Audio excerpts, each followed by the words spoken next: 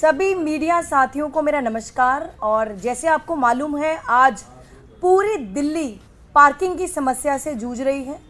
Parking इतनी illegal तरीके से चल रही है कि यातायात भी प्रभावित है, दिल्ली की जनता भी इससे प्रभावित है। और सालों से भारतीय जनता पार्टी ने नगर निगम में राज किया। और मैं आपको बताना चाहूँगी आज मीडिया के माध्यम से कि पूरी दिल्ली में जो पार्किंग है वो नगर निगम की जिम्मेदारी है। भारतीय जनता पार्टी 15 साल एमसीडी में रही और इन 15 सालों में कितने अवैध तरीके से जो पार्किंग के अड्डे बन चुके हैं, जहां पर अवैध तरीके से पैसे वसूले जा रहे हैं। अगर आपको अपनी कोई गाड़ी पार्क करनी है या टू व्हीलर पार्क करना है तो जबरन ज़्यादा से ज़्यादा चार्ज करके जनता को परेशान किया जा रहा है। और आज इस मीडिया के माध्यम से मैं दिल्ली की जनता को बताना चाहती हूँ कि नगर निगम में अधिकारियों द्वारा एक लिस्ट हमने मंगवाई और इस लिस्ट में जितनी भी दिल्ली में ऑथराइज पार्किंग, यानी कि जो ऑथराइज पार्किंग चल रही है, जो अनऑथराइज नहीं है, अवैध नहीं है, वो एक लिस्ट जारी हम लोग कर रहे हैं। और इसके अलावा जितनी भी पार्किंग दिल्ली में चल रही हैं वो सब के सब अवैध हैं। मैं आपको बताना चाहती हूँ 12 जोन है दिल्ली में और इन 12 जोन में लगभग 403 पार्किंग है जो पूरी तरह से ऑथराइज है। नगर निगम की जिम्मेदारी है। नगर निगम में आगे कॉन्ट्रैक्टर्स को इनको ठेके पे इन पार्किंग्स को दिया हुआ है और नगर निगम को इसका रेवेन्यू भी आता है।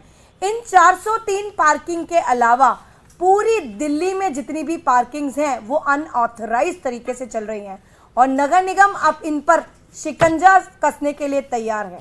हमने आज एक ईमेल आईडी भी जारी किया है और मैं दिल्ली की जनता से निवेदन करती हूं कि इस लिस्ट के अलावा पूरी दिल्ली में अगर किसी भी प्रकार की अनऑथराइज पार्किंग अगर दिल्ली में चल रही है तो नगर निगम को उसकी कंप्लेंट रजिस्टर करें। और उसका ईमेल आईडी में आज मीडिया के माध्यम से मैं बताना चाहती हूं।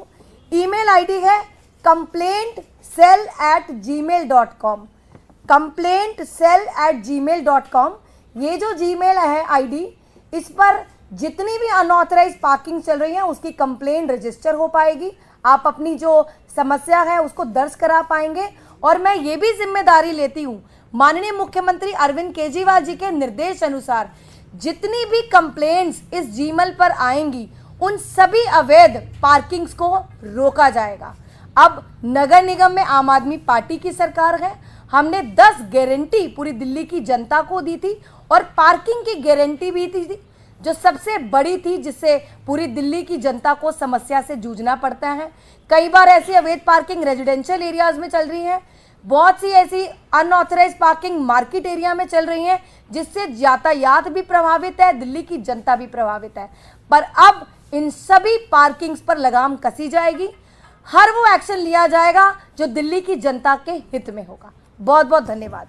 किसी का कोई सवाल है तो आप पूछ सकते हैं। कितना रेवेन्यू आता है और अनऑथराइज पार्किंग चलने से जो खाते में आना चाहिए एमसीडी के, कितना प्राइवेट लोगों के पास चला जाता है? देखिए, जितनी भी अवैध पार्किंग अभी एट प्रेजेंट दिल्ली में चल रही है ये आज की समस्या नहीं है, पिछले कितने सालों से ऐसी समस्या है।